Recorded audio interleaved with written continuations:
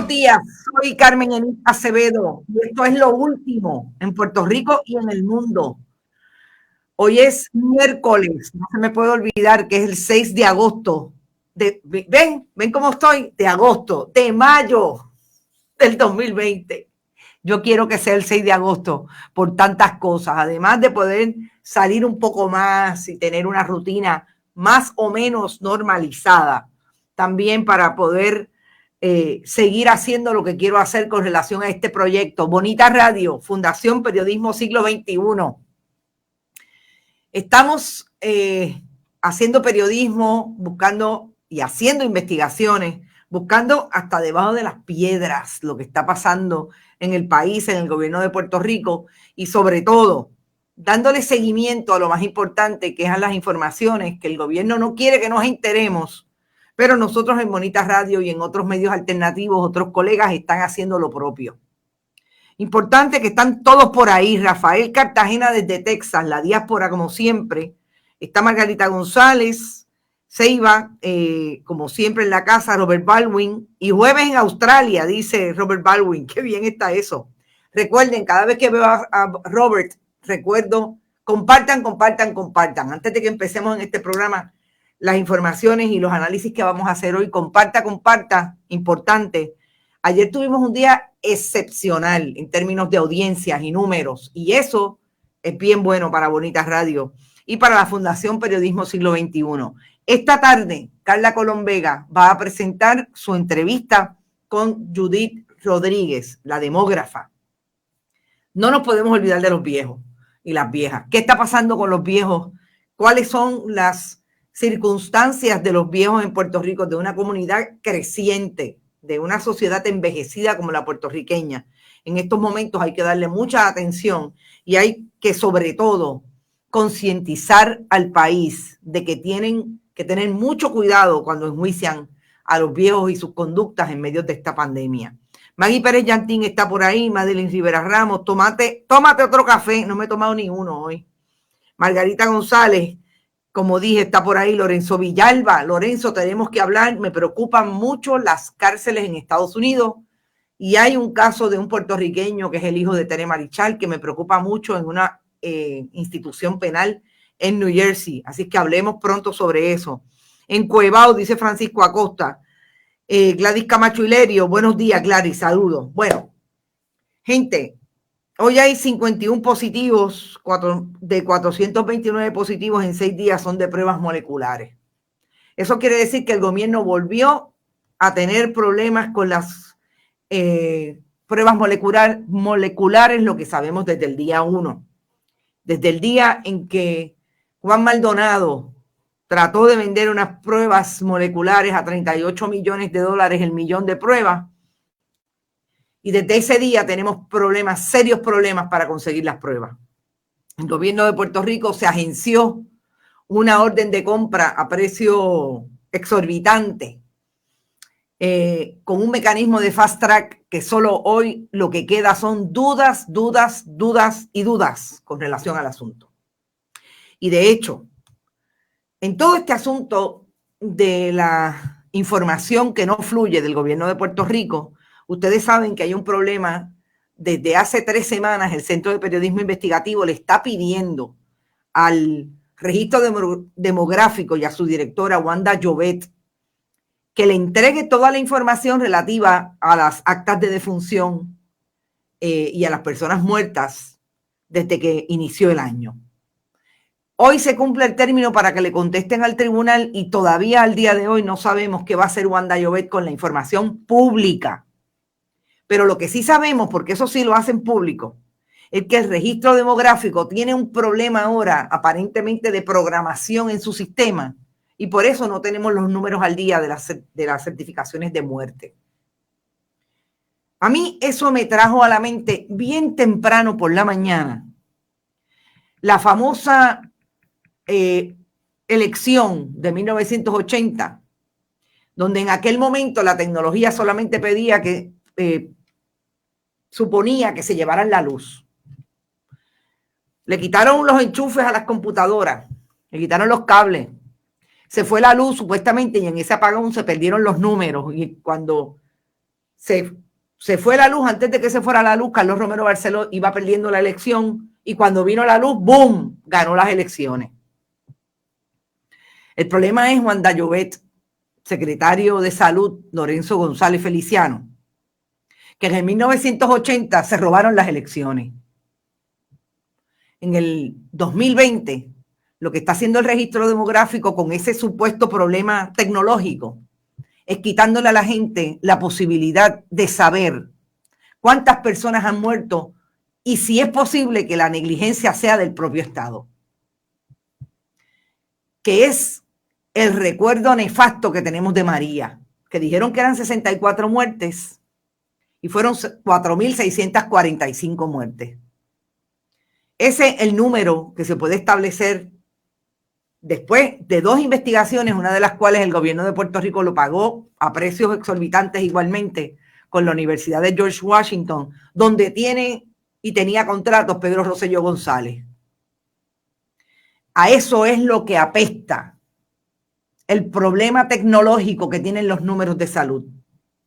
A eso es lo que apesta el problema que tiene Wanda Llobet en sus manos, en un registro demográfico que ella ha trascendido de unas administraciones populares versus unas administraciones azules, pero dicen que es bien politiquera del Partido Nuevo Progresista. Así es que, para empezar, tenemos el gobierno de Puerto Rico, que casi no tiene problema, tiene otro problema de credibilidad. ¿Por qué no entregarle los números al CPI? ¿Por qué no hacer pública la información que es pública? Que como único no la tiene el CPI es porque no ha encontrado una fuente que se la dé de allí dentro. Que eso, ojalá que les pase mañana mismo. Ojalá que puedan sacar la historia diciéndole al país, ¿sabe qué? Se la escondieron porque esto era lo que realmente estaba pasando.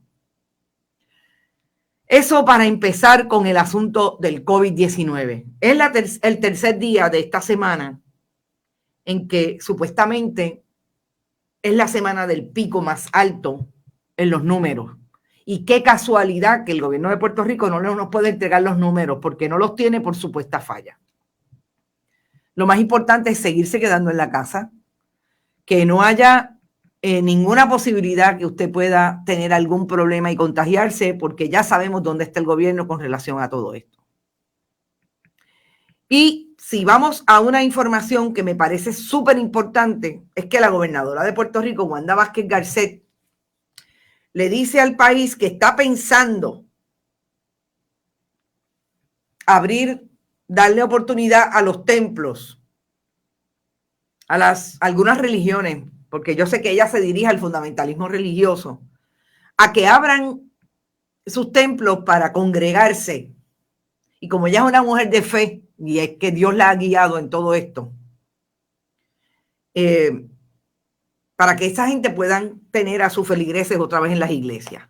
Lo primero que tengo que decir es que me parece que los fundamentalistas religiosos, tipo Tata Charbonnier, Naida Venegas Brown, Wanda Rolón, alias Wanda Rolex, y los 4 o 5, un poquito más, incluso el de la Iglesia Católica, el padre Carlos Pérez, perdón. Lo que están buscando esas iglesias es precisamente la estructura que busca el comercio alrededor del mundo religioso. Porque esas iglesias viven del diezmo. Esos pastores pagan sus casas y sus carros con el diezmo de los feligreses. Con esa fe que el cristianismo en un momento dado promulgó desde el sacrificio, desde el tener más espiritualidad y más fe que lo que tenían en términos de propiedad, pues ahora es al revés.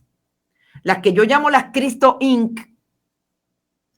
son esas iglesias que en efecto pagan sus carros, pagan los colegios de los muchachos, pagan las prendas que la pastora o el pastor utilizan, pagan su vida con el diezmo de los feligreses.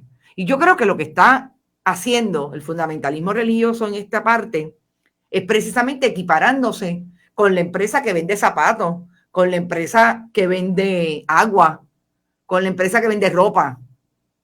el templo de esas Cristo Inc.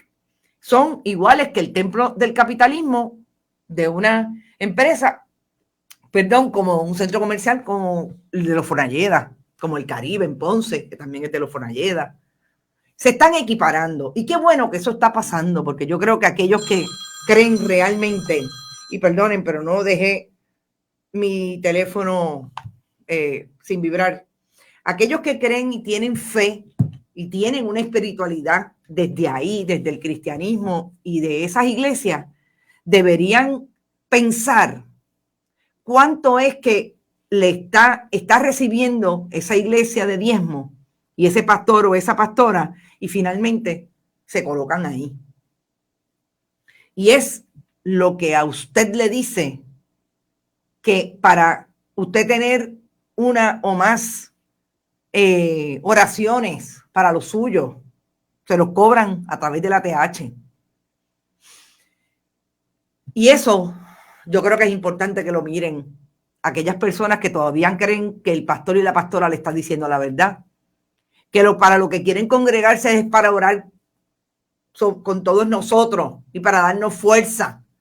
Se quieren congregar para no dejar de recibir el diezmo. Ustedes saben que la mayor parte de las iglesias bien constituidas en términos comerciales durante el huracán María solicitaron pérdida de negocio, la cláusula que establece en un seguro que dejaron de hacer negocio durante el huracán María. Pues sí, porque son negocios más allá que lugares donde la gente va a buscar fe.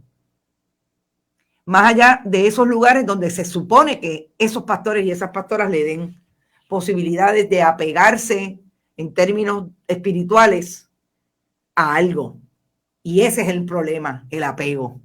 Cuando usted no tiene otra cosa en qué armarse de valor y tener fortaleza, esta gente lo utilizan, porque utilizan un mecanismo que es más viejo que el frío. Más viejo que el frío. La deidad, las deidades. Ahí está.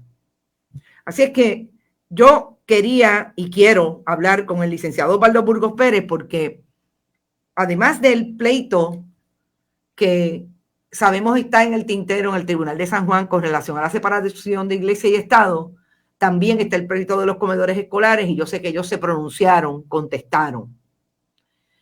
Dice la gobernadora: como hemos permitido en esta orden ejecutiva, por ejemplo, los profesionales, médicos, abogados, CPA, de igual manera el pastor puede a través de una llamada concretar una cita, que esta persona venga y ustedes con todas las medidas de seguridad que yo sé que siempre toman puedan concretarse ese momento de consejería, de igual manera el sacerdote para la confesión. Yo quisiera saber quién le escribe a la gobernadora. Y si no le escribe nadie, mire, lenguaje defectuoso, pensamiento defectuoso. Es una cosa increíble, no hay una sola oración que se construya adecuadamente en ese discurso de la gobernadora. Esa es la gobernadora, equiparando al pastor y al sacerdote, porque ella es católica y de la Virgencita, al profesional, al CPA, porque en eso se convirtieron en mercaderes del templo. Y eso es historia vieja igualmente. Vamos a llamar al licenciado Osvaldo Burgos, porque quiero saber qué ha pasado con el pleito de separación iglesia y Estado, y sobre todo que nos hable de los comedores escolares. Por ahí van los tiros con los fundamentalistas religiosos. Y lo que tengo que decir además de eso es, recuerden que en ese grupo es que aparentemente la gobernadora confía que puede ganar la primaria y la elección. Porque todo lo demás, me temo, que lo tiene perdido. Y estamos con el licenciado Osvaldo Burgos. Buenos días, licenciado. Saludos, Carmenita, a ti y a los amigos y amigas que nos escuchan. Licenciado, ¿qué ha pasado con el pleito? Vamos primero, porque estaba hablando de la separación de iglesia y de Estado y este intento de la gobernadora de pedir que vuelvan a congregarse las iglesias, y no he hablado de la buena nueva, y es que hay un grupo de iglesias históricas a través del Concilio de Iglesias que está totalmente en contra. Pero ¿qué ha pasado con el pleito de separación de iglesia y de Estado? Bueno, en el pleito de separación de Iglesia y Estado, el Estado presentó, igual que WIPR, aunque WIPR y su presidente lo hicieron tardíamente, presentaron la semana pasada una solicitud de desestimación presentando los mismos argumentos que siempre presentan, ¿verdad? Que aquí los demandantes no tienen legitimación activa, que no tienen standing para presentar la demanda, que estos fueron actuaciones aisladas. Ellos incluso le mienten al tribunal al ocultar la información porque solamente hablan de unas expresiones, de las expresiones que hizo el periodista en WIPR al finalizar de las actividades, el informe oficial del Task Force, y unas publicaciones de la gobernadora. No hablan de las misas, no hablan de conciertos en WIPR de corte cristiano, no hablan de todas las actuaciones de la gobernadora donde fomenta o favorece una visión religiosa desde la estructura gubernamental. No hablan de las caravanas de la policía con todo el andamiaje gubernamental para ir a los hospitales a orar por los enfermos. Así que ocultan todo, tratan de minimizar los hechos para tratar de inducir a error al tribunal y decirle al tribunal de que, mira, estas son expresiones privadas en el ámbito privado del ejercicio de la religión de la señora gobernadora. Wow. Wow. Así que esa es la posición que ellos esposan. Nosotros nos encontramos en un proceso de elaborar una oposición. Ya el tribunal nos ha concedido hasta este viernes para expresar nuestra posición. Nosotros estamos haciendo todo un análisis, incluso el análisis histórico, porque estos grupos que hoy día reclaman eliminar la división de Iglesia y Estado, ¿verdad? Que son los grupos, sectores protestantes particularmente, aunque obviamente la Iglesia Católica también anda por ahí. Sí. Pero nuestra Constitución, el precepto de separación de Iglesia y Estado, la prohibición de un establecimiento de una religión oficial y la libertad de culto, fueron promovidas precisamente por esos sectores, porque aquí en Puerto Rico, como se sabe, la Iglesia Católica era favorecida bajo la corona española, era la religión oficial. Claro. Y fueron estos sectores que, viendo que se les privaba de su libertad de culto y se favorecía las posiciones de la Iglesia Católica, incluso se le daba dinero y se le construía hasta templos. Incluso el gobierno de Puerto Rico, bajo la corona española, participaba en la elección de los obispos y los párrocos. Exacto. Así que nosotros estamos también haciendo todo un análisis histórico sobre ese proceso. Incluso hemos encontrado en la Convención Constituyente más de 35 ponencias de sectores protestantes en el país reclamando la absoluta separación de Iglesia y Estado y que se incluyera la disposición de libertad de culto para protegerse de esa preferencia por la religión católica que existía entonces. Así que estamos haciendo todo ese análisis histórico, aparte del análisis jurídico que vamos a presentar al tribunal, y obviamente ha habido otros eventos como este que tú mencionas de la gobernadora creando un task force para la apertura de iglesias, pero ¿qué hace el Estado determinando? Exacto. Primero, el Estado no tiene facultad alguna, ¿verdad? El Estado tiene la facultad de determinar, mire, las actividades van a estar cerradas, no van a abrirse actividades, o estas actividades pueden, la cantidad de gente en tipo de eventos, pero crear un task force para abrir un proceso de abrir iglesias, eso nos parece totalmente violatorio a las disposiciones de separación de iglesia y Estado, aunque entendemos que esto es una manipulación de la gobernadora para sacar ventaja política del sector que ella entiende que es el único que le queda, porque básicamente la gobernadora, con el desastre administrativo que ha tenido en este evento y otros, este no es el único evento donde la gobernadora ha sido un fracaso, ¿verdad? La gobernadora, desde que inició su gestión gubernamental, desde que estaba en la Procuraduría, ha sido un desastre. Y no tiene, parece que cada día tiene menos espacio de apoyo y está tratando de congraciarse con un sector de la iglesia, con un sector particular, porque tampoco, ya hemos visto que el Concilio de Iglesia le ha salido al paso, llamando a la cordura, ¿verdad? Miren, que vamos a tener cuidado porque no estamos preparados, máximo un día como hoy, que amanecemos con las primeras planas de nuestros periódicos diciendo que se han equivocado y que no tienen un tracing o un rastreo del contagio. Así que es espantoso que nosotros estemos hablando de abrir iglesias, de abrir espacios donde la gente se congregue para los fines que sean, cuando ni siquiera tenemos la capacidad de determinar quién está contagiado, quién puede estar contagiado y dónde. Bueno, para terminar un poco ese tema, pero que hay otro, que es el tema del Código Civil que lo atraviesa, el asunto de la separación de iglesia de Estado. Tengo que decir que hoy en Estados Unidos se estableció que Puerto Rico, Nebraska y Montana son los 3 estados que más problemas tienen con relación a establecerse dónde están los focos de infección. Quiero que sepan que estamos entre los primeros 3 territorios, estados de Estados Unidos que tienen serios problemas para reabrir porque no tienen claro por dónde van los tiros. Y eso está confirmado con los números.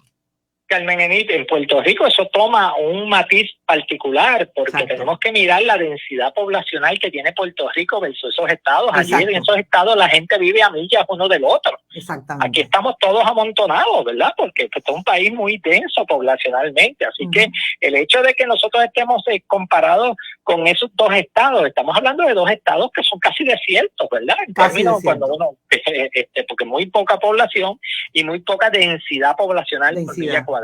Exacto. Bueno, y obviamente tengo que preguntarle, y después, por último, quiero hablar de los comedores escolares, no se me vaya sin hablar sobre eso. Y es el asunto del Código Civil, lo reviven, y ya el lunes, Tata Charbonnier y Naida Venegas Brown quieren traer el tema para ir a aprobar el código, sin que sepamos qué dice.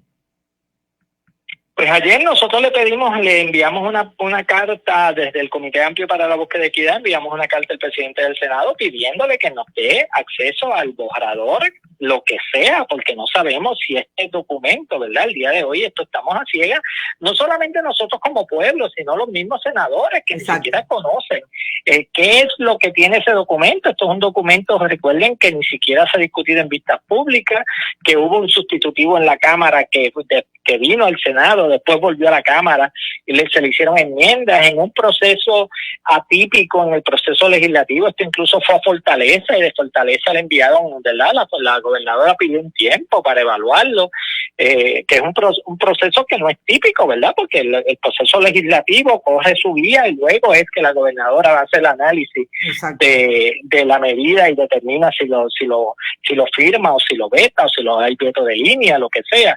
Pero aquí esto ha sido todo atípico. Por otro lado, en este momento yo no tengo manera de confiar en que el documento que finalmente baje al hemiciclo no haya introducido cosas que incluso inicialmente fueron muy antipáticas y que se le quitaron dentro del proceso de revisión en la Cámara de Representantes, pero al día de hoy no sabemos si eso ha vuelto, ¿verdad? Y máximo cuando uno ha visto este maridaje entre el sector religioso y el sector político, pues yo no tengo razones para pensar que no se haya introducido todas aquellas medidas como la personalidad jurídica separada de las iglesias, la personalidad jurídica del no nacido, como aquellas disposiciones que establecían privilegios a las iglesias, aquellas disposiciones que establecían incluso declaración de incapacidad parcial a mujeres embarazadas que pusieran en riesgo al no nacido, ¿verdad?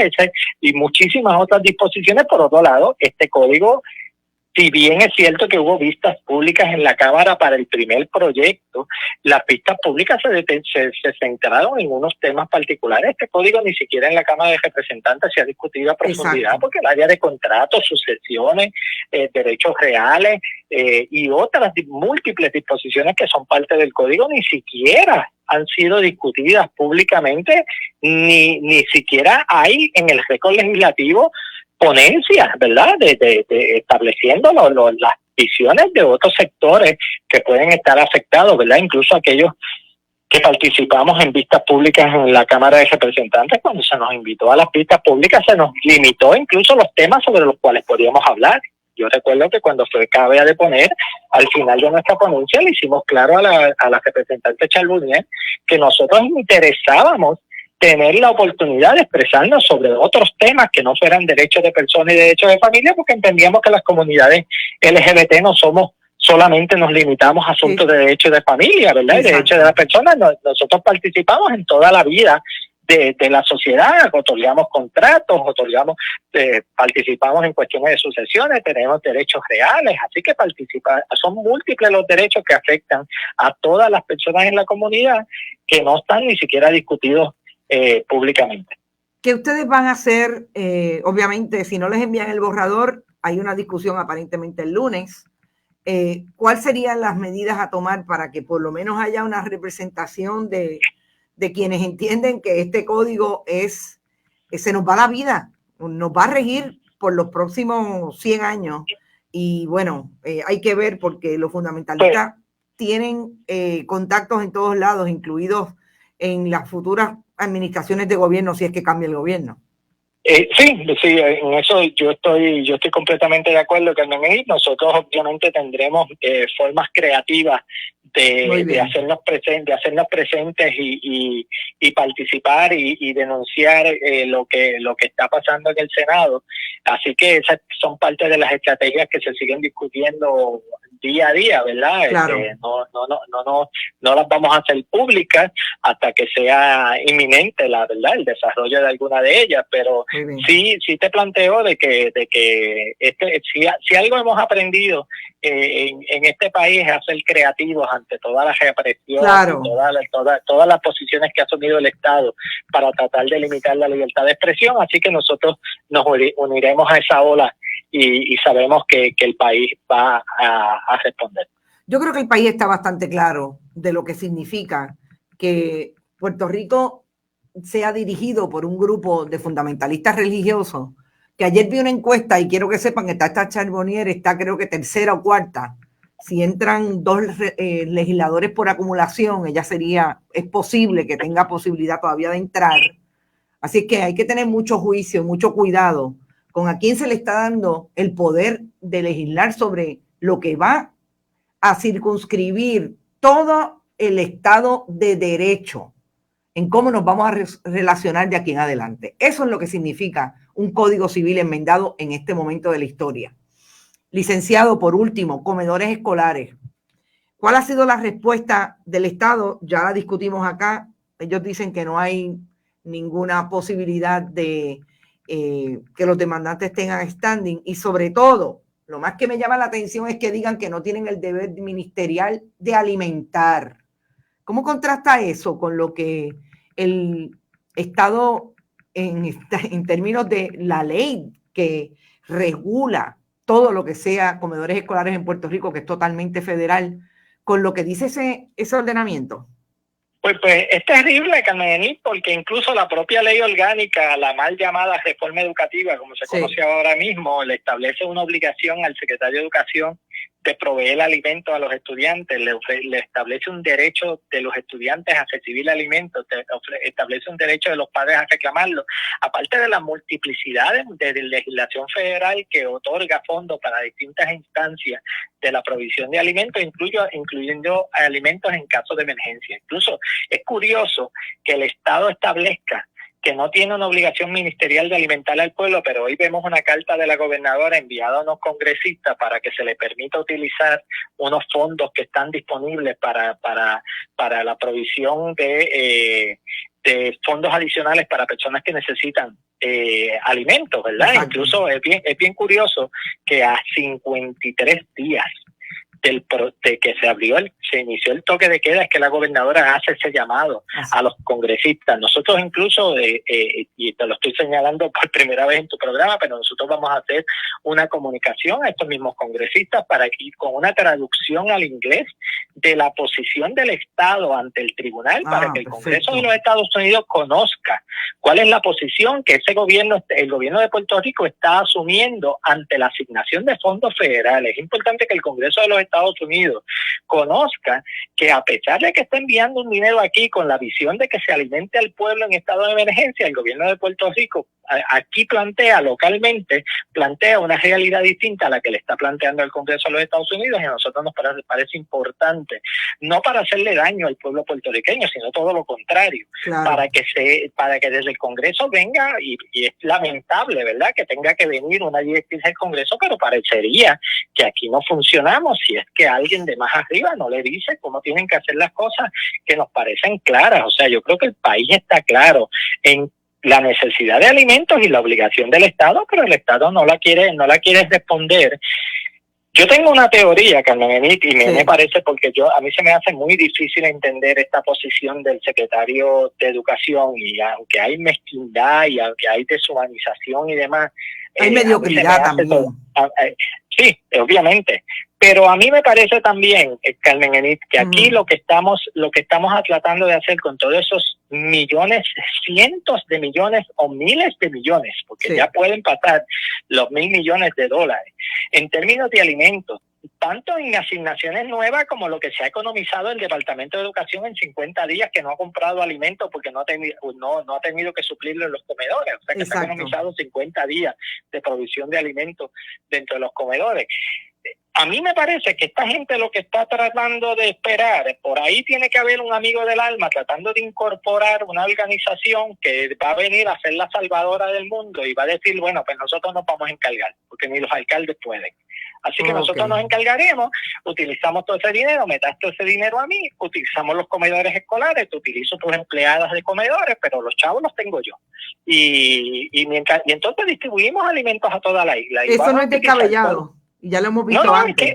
Es que lo hemos visto antes. Y obviamente cada vez que usted ve grandes asignaciones de dinero pendientes, que hay grandes personas corruptas velando por esos dineros. Y eso lo hemos visto en todas las situaciones de emergencia. Exacto. O sea, esto lo vimos con el SIDA en los 80 y esto lo estamos viendo con el COVID en el 2020. Así que y toda la historia de nuestro país, donde hay mucho dinero, ahí hay muchos corruptos y muchas aves de rapiña, ¿no? Claro. Tratando de coger su partida. Así que es la única explicación lógica, aunque ilegal, ¿verdad? Es la única explicación lógica que uno le puede dar a toda esta, porque incluso yo creo que hablar de mediocridad únicamente es darle una defensa, es uno pensar, bueno, pues son mediocres, pues bendito, son mediocres, es terrible que sean mediocres, pero yo creo que aquí también hay maldad. Aquí hay una cuestión intencional y aquí hay una mezquindad de la cual no se le puede escapar la responsabilidad a las personas que están de turno.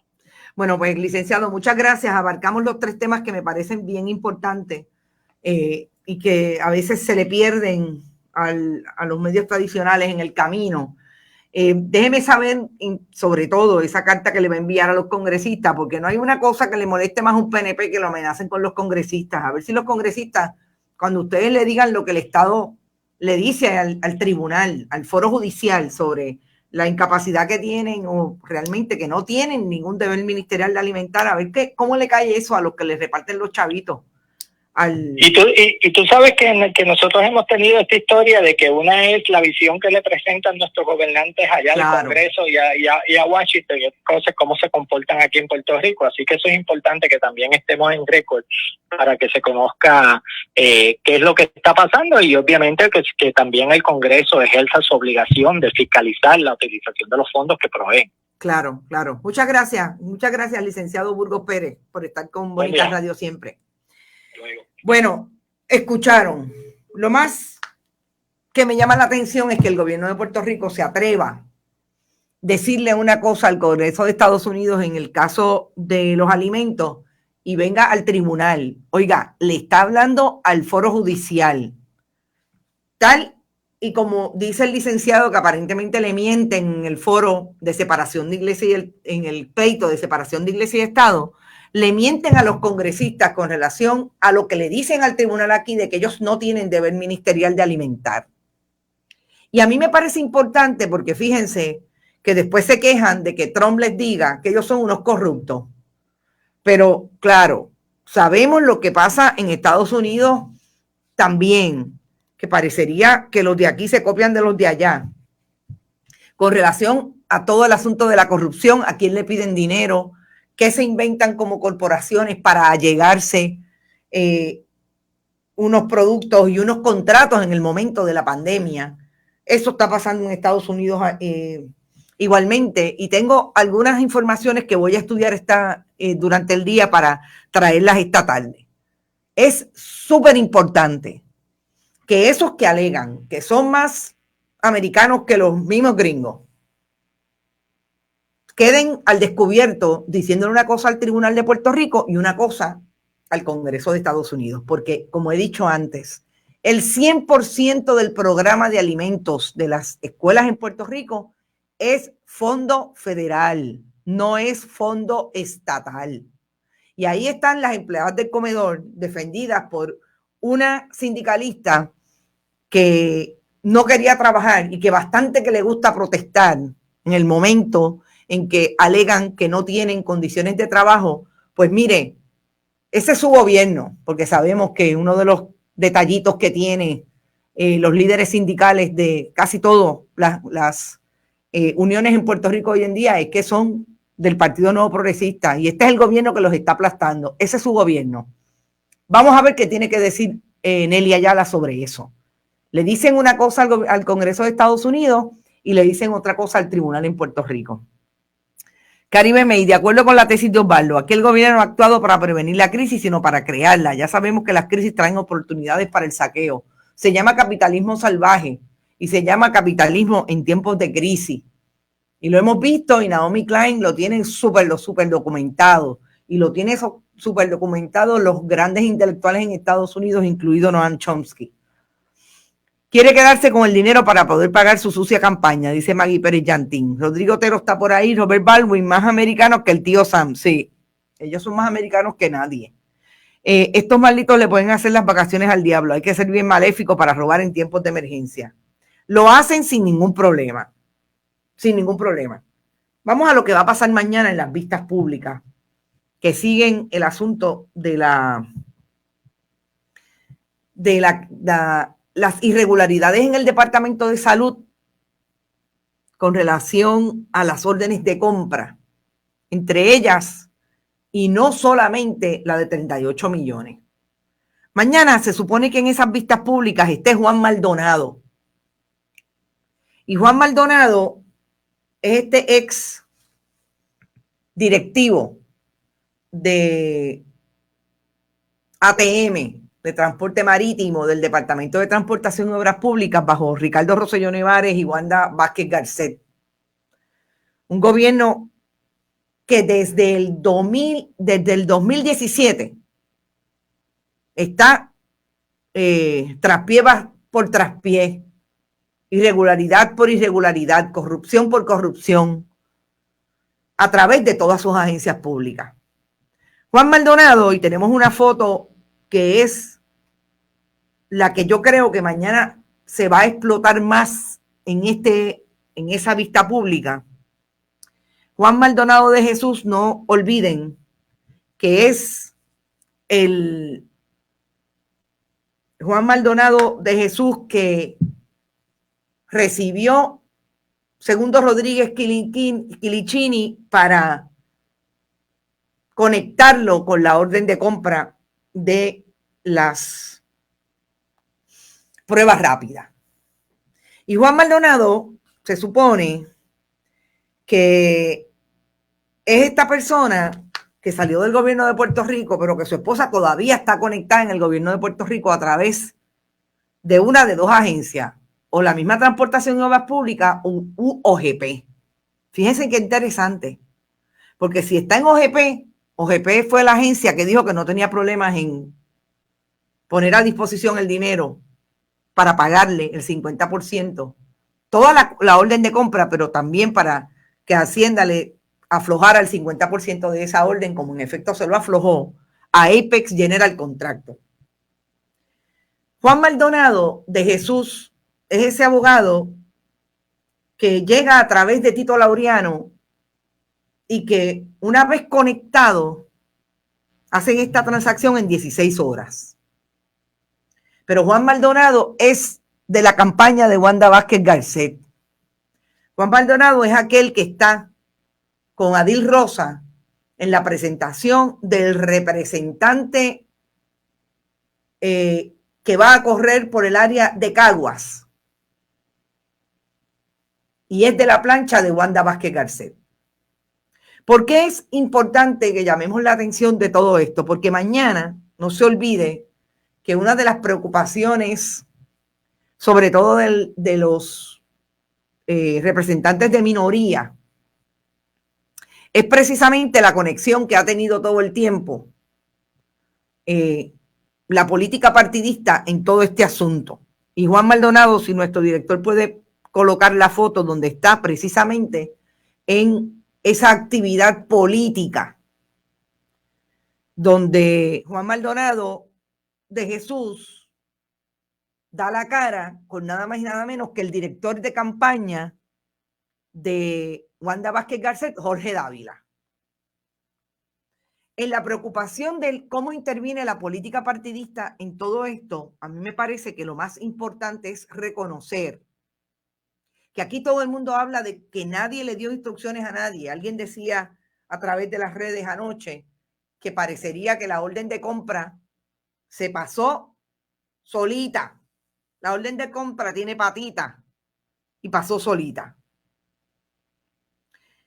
Juan Maldonado de Jesús, ahí con Jorge Dávila, con el candidato a representante Ramón,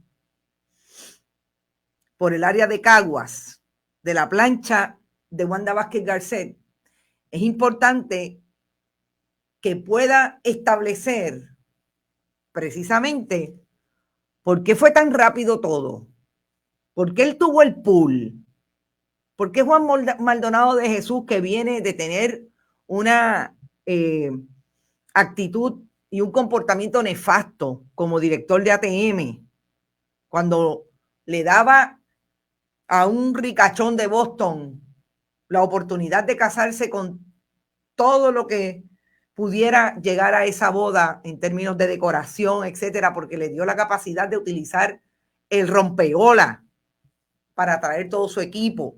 Ahí tienen a Jorge Dávila. Y llegó a tener 19 millones del lado de allá, del gobierno de Puerto Rico, del pueblo de Puerto Rico en medio de la pandemia. ¿Cómo fue? ¿Cómo lo logró? Porque está conectado, porque no olviden que aquí hay una pregunta fundamental. ¿Para quién y quién iba a mojar en esos 38 millones de dólares? ¿Qué campaña era la que iba a mojar? ¿Por qué tenían acceso estos individuos tan rápido a 38 millones de dólares cuando su corporación era de construcción y la cambiaron la noche antes para que dijera que podía hacer otro tipo de negocio, incluido la venta de dispositivos médicos? Mañana en esa vista pública, yo estoy segura que Jesús Manuel Ortiz va a confrontar a Juan Maldonado de Jesús con todas esas interrogantes. Va a confrontar a Juan Maldonado de Jesús, también Ramón Cruz Burgos, el legislador por Yabucoa. ¿Cómo es que él conoce a Adil Rosa? ¿De dónde es que él llega tan rápido a Adil Rosa, a Mabel Cabeza y a Segundo Rodríguez Quilichini? Esas son las preguntas urgentes que mañana se tienen que contestar en este asunto. Y yo creo que Juan Maldonado de Jesús tiene un problema. Primero, que es abogado. Ya tiene que haber hablado definitivamente con los que lo llevaron a ir ahí para tratar de ver cómo va a salir de esto. Alguien decía esta mañana, a los que están viendo las vistas, sigan ahí porque eso es lo único que les va a pasar. Yo puedo entender el cansancio, yo puedo entender la poca fe que tengamos todos en el sistema, porque hemos visto cómo mucha de esta gente han sido señalados anteriormente y nunca ha pasado nada. Ahora, yo creo que es bien importante señalar lo siguiente. Usted quiere consecuencias. Todos queremos consecuencias. Lo más importante, al momento de ver estas vistas es que usted pueda saber más allá de lo que van a hacer los foros pertinentes, si va a pasar algo, si no va a pasar nada, es reconocer quién es quién y que esto no le vuelva a pasar a Puerto Rico. Yo creo que es importante que las vistas se den, independientemente de las distancias que vamos a asumir y que hemos dicho otras veces y que hemos confrontado a Juan Oscar Morales, con cuál es el interés de que estén el mismo Partido Nuevo Progresista haciendo estas vistas porque hay un conflicto primarista entre un bando y otro. Eso es lo que debería no pasar en Puerto Rico. Eso es lo que no debería salir de esta manera como ha salido, de que el interés que tienen unos es en destruir el otro bando, porque finalmente al que se destruye es al país. Y yo creo que nosotros tenemos que levantar la voz de alerta de que somos nosotros los que tenemos que estar súper pendientes y fiscalizar. Ellos lo podrán estar haciendo porque quieren destruirse el uno al otro, la una al otro. Pero el país tiene que estar muy pendiente y, como siempre digo, ponlo en la nevera. Todos esos rostros que están allí, que no van, Tata Charbonnier no fue ayer, y yo les tengo una noticia. ¿Será que María Milagros Charbonnier no fue ayer porque tiene una sobrina que trabaja en la unidad de compra del Departamento de Salud y que pudo haber llegado allí posiblemente por un mensaje que Tata Charbonnier le enviara a Rafael Rodríguez Mercado o a Mabel Cabeza? Es posible que por eso Tata Charbonnier no haya ido ayer. Vamos a ver si contesta alguna llamada de Bonita Radio. Lo dudo muchísimo. Pero es parte de lo que mañana tenemos que mirar. Juan Maldonado de Jesús, ponlo en la nevera. ¿Cómo va mañana? ¿Con qué abogado va mañana? Mabel Cabeza fue con una abogada que hoy hizo una defensa de ella, que ojalá ningún abogado, cuando usted tenga algún caso, haga una defensa como la que hizo hoy la abogada de Mabel Cabeza, Jenny Espada, en la radio tradicional. ¿Por qué? Porque, bendito, se puso a establecer, sobre todo, que Mabel Cabeza no tiene ningún interés político partidista, cuando está Mabel Cabeza, desde quien la refirió Elías Fernando Sánchez Sifonte y Alfredo Escalera, hasta todo lo que dijo allí, de que participó activamente de la campaña de Ricardo Rosselló Nevares. Yo creo que hay gente en Puerto Rico que hoy está arrepentido de haber participado en esa campaña y de estar en fotos con Ricardo Rosselló Nevares. Y esta abogada se atreve a defender a Mabel Cabeza desde ahí. El asunto de los correos, de los mensajes de texto que supuestamente le envió, y parece que dio, yo vi 2 o 3, evidencia de que en efecto Juan Oscar Morales se comunicaba con Mabel Cabeza para atender asuntos de personas constituyentes de él. Vi unos relacionados con unas médicas que tenían problemas con las certificaciones, que no salían, etcétera. Sí, yo estoy segura que eso es así. Eso es tan viejo como que en Puerto Rico las corporaciones públicas se llenaron con los hijos de los hijos de los hijos de los legisladores. Sí. Y de los empleados que trabajaban que querían conectar a sus hijos. Y por eso las corporaciones públicas se quebraron en parte, además de la mala administración. Pero todos los hijos, incluidos de los empleados de la UTIER, querían trabajar en la Autoridad de Energía Eléctrica. De la UIA, en la Autoridad de Acueductos y Alcantarillados. Y ahí están. Eso ha pasado en Puerto Rico desde el día 1. Y yo no dudo que Juan Oscar Morales le haya enviado información, como lo he dicho también desde el día 1. El problema de esas vistas es que ellos todos se conocen y son amigos, porque hicieron campaña para Ricardo Rosselló Nevares y para Rafi. ¿Por qué le dicen Rafi? ¿Por qué Mabel Cabeza le puede decir mi amor a Juan Oscar Morales? ¿Por qué le dice Mabel? ¿Por qué le dice Lilian? Porque todos son PNP del mismo bote. Eso no es nuevo. Yo creo que desde ahí es que hay que mirarlo también. Allí se están matando, pues, porque ellos decidieron que tienen que hacer que la gobernadora quede mal, que yo no sé cómo va a quedar mejor, porque ya ha quedado mal desde el día 1. Pero quieren destruirla para que el otro sea el candidato, para que ella retire su candidatura a la primaria. Pero de que hay información importante para el país, claro que sí. Que no sabemos qué va a pasar, no, es verdad. Yo no sé si justicia va a hacer algo. No sabemos si el gobierno federal va a hacer algo con esos referidos, que aparentemente van a haber referidos a ambas jurisdicciones. Vamos a ver, lo mismo pasa con navieras, dice Ileana Díaz. Claro, yo lo he vivido, mire, desde el día 1. Yo no estoy en una corporación pública porque entendí que mi trabajo era otro.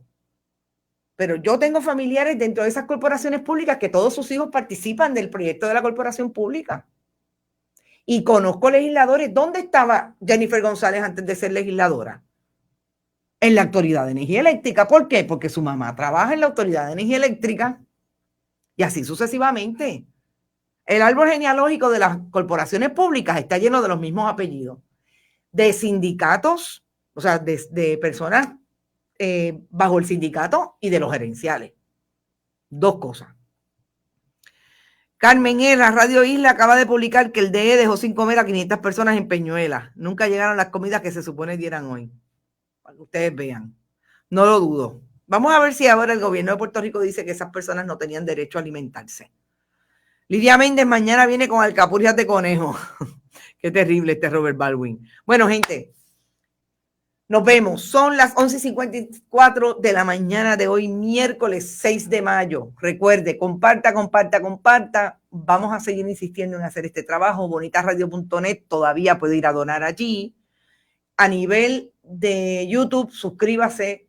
Bien importante, iVoox y iTunes. Y como siempre, hoy a las 5 de la tarde, en Qué Palo es Noticia, vamos a traer todo lo que se nos queda. Voy a traer información de lo que está pasando en Estados Unidos con los casos de corrupción, para ver cómo es el copycat, para ver cómo es que aquí hacen uso de las mañas de allá.